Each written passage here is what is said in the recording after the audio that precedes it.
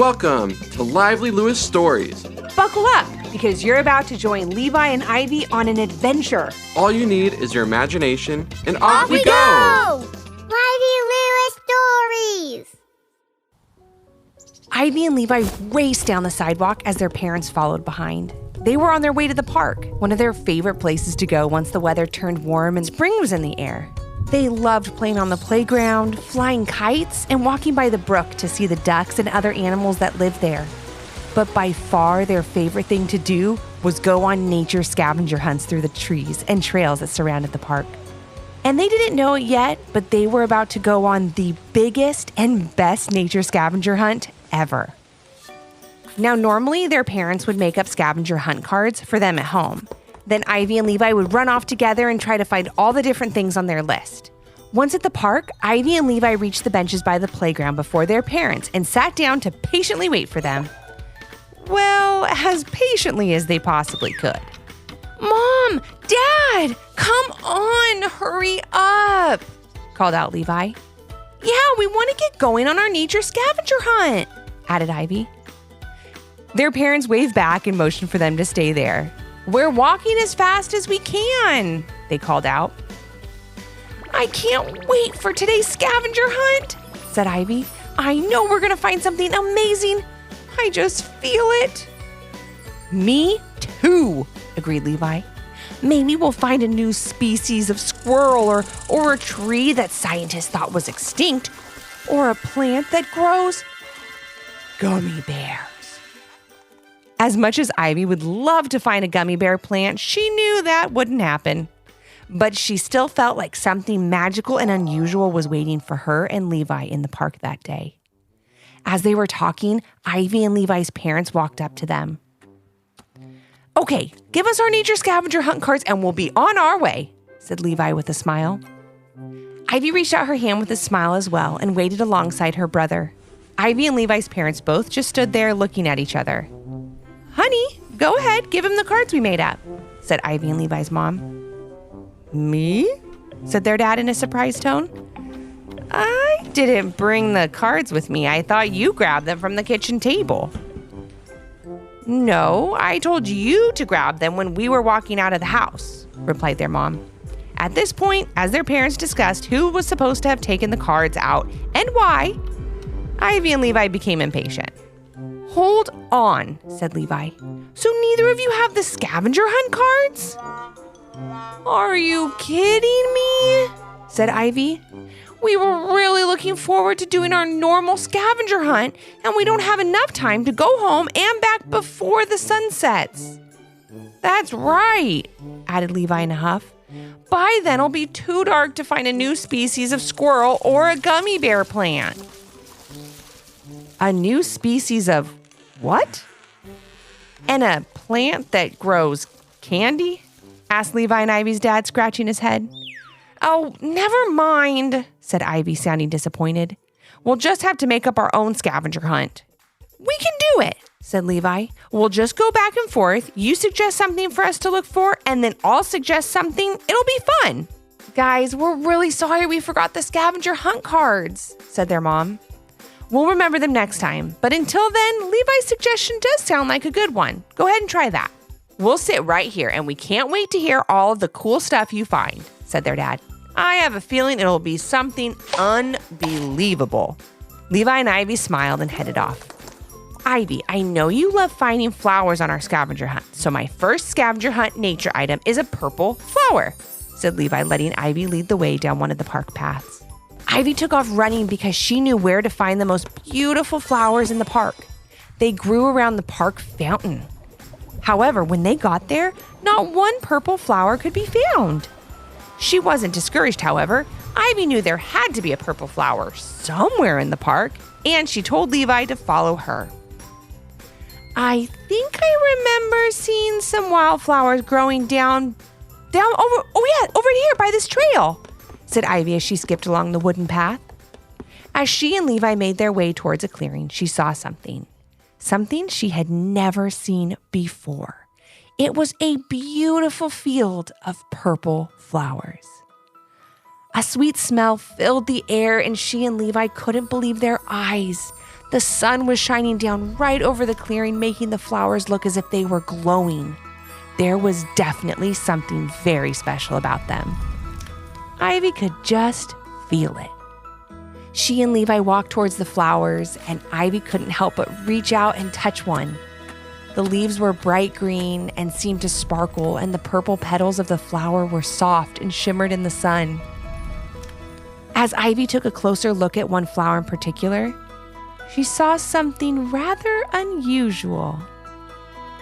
Maybe this is the magical thing we're meant to find today, she thought to herself as she gently moved aside one of the purple petals to reveal a teeny tiny book. She picked it up and held it in her hand. It was covered in tree bark and had a small flower carved into the front cover, and the pages looked to be made out of leaves. "What is that?" gasped Levi as he looked at the tiny book in Ivy's hand. "Maybe it's a fairy's diary or a gnome's notebook," guessed Ivy. "Or maybe it was put here just for us to find." Whatever the answers to those questions were, the little book had found Ivy and Levi. The two of them sat down on a fallen tree trunk and opened up to the first page very carefully. Inside, they read together, "Ivy and Levi, a journey awaits. Hurry, my friends, and do not be late. This magical world of nature you see holds beauty and wonder inside every tree. Down every path and around every bend, you'll find magic in nature, and it has no end. Enjoy this great journey and know this is true. There's always more waiting, and it's waiting for you." Ivy and Levi couldn't believe what they were reading. The little poem proved that the book had been left there just for them. They had to read on and excitedly flipped the pages to see what was next. It looked just like the scavenger hunt cards that their parents had made for them. As they looked more, they both thought that maybe their parents had left the little book for them. But then they quickly discussed how they found it and how their parents could never have known that they'd find that field of purple flowers. That's when they knew for sure the little book was special, and they couldn't wait to see what it would show them next. The first scavenger hunt item they had to find was a large elm tree. Both Ivy and Levi had seen so many large elm trees in the park before and were excited to see what was so magical about this one in particular. The elm tree in the little book was very tall, but had some large lower branches that all the kids that came to the park played on. As Ivy and Levi got closer, they noticed a bird's nest in one of the low branches. "Wow, I've never seen a bird's nest up so close before," said Ivy. "Me neither," said Levi, taking a closer look into the nest and seeing that there were eggs inside. "They're so little," said Ivy as she looked too and heard a cracking sound. "And I think they're hatching." Ivy and Levi looked on as the little birds cracked out of their eggs and entered the world. Then the mama bird flew down and welcomed her new babies with a sweet chirp. "That was amazing," whispered Ivy, careful not to scare the mama bird or her babies. The next page in the little book showed the brook in the center of the park. Ivy and Levi ran towards the babbling water, wondering what treasures would be waiting for them there to discover. As they got closer, they saw several ducks, as they always did, but they also saw a tall, graceful heron. The bird was as tall as Ivy and a light gray. It stood ankle deep in the cool water and dipped its beak in for a drink. As Ivy and Levi were staring at this amazing bird with white eyes, it flapped its wings only once before lifting up into the sky and soaring into the clouds. As the heron sailed out of view, Ivy and Levi waved goodbye and turned to the next page in their book. On that page, they saw a picture of a park bench. "A park bench?" said Ivy, sounding confused. "I know there are park benches in the park, but that's something not really found in nature. I wonder why we're looking for that." "Let's just trust the little book," said Levi. "It's shown us some pretty amazing things so far." Ivy agreed, and they walked down the path as it opened back up to the playground area where they had left their parents a little while ago. "Hi, kids," said their dad. "We're wondering when you'd be back." "Did you have fun making up your own nature scavenger hunt today?" asked their mom. We sure did, said Ivy, giving Levi a little smirk. You'll never believe what we found. Ivy and Levi told their parents about the field of purple flowers, the teeny tiny nature book, the poem inside, and all the amazing things they had seen. You two have the best imaginations ever, said their mom. Ivy and Levi knew their parents didn't quite believe them, but they knew the little book was magic, and it still had one more thing to show them. They explained how the little book showed a picture of a park bench next, and that led them back to their parents. A bench doesn't seem too exciting, said their dad as they all walked around looking for something out of the ordinary. Wait, said Ivy suddenly. Look at this. She pointed to a tiny, light green cocoon with a delicate gold band around the top.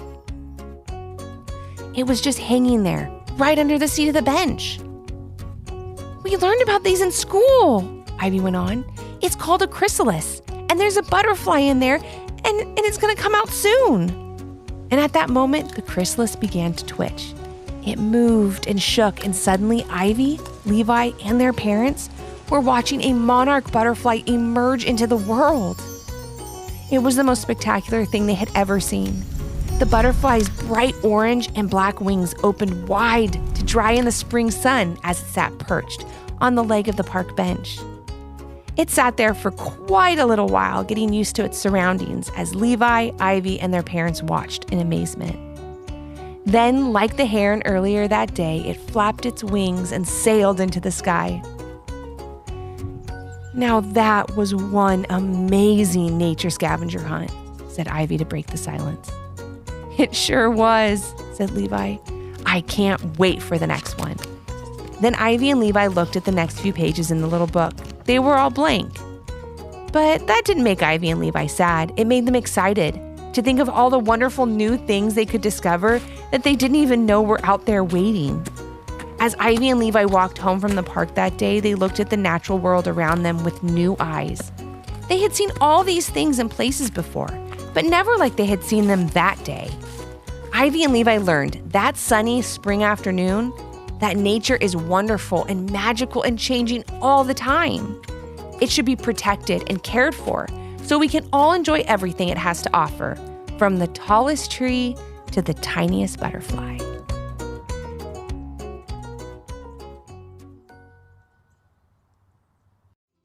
Did you learn a lesson from this story? If so, what was it? And parents, do your kids have a story idea? Leave a comment on our Apple Podcast review page with 5 stars, the idea, and your kid's name for a chance to join Levi and Ivy on their next adventure. Until next time. Thanks for listening. Come back for more.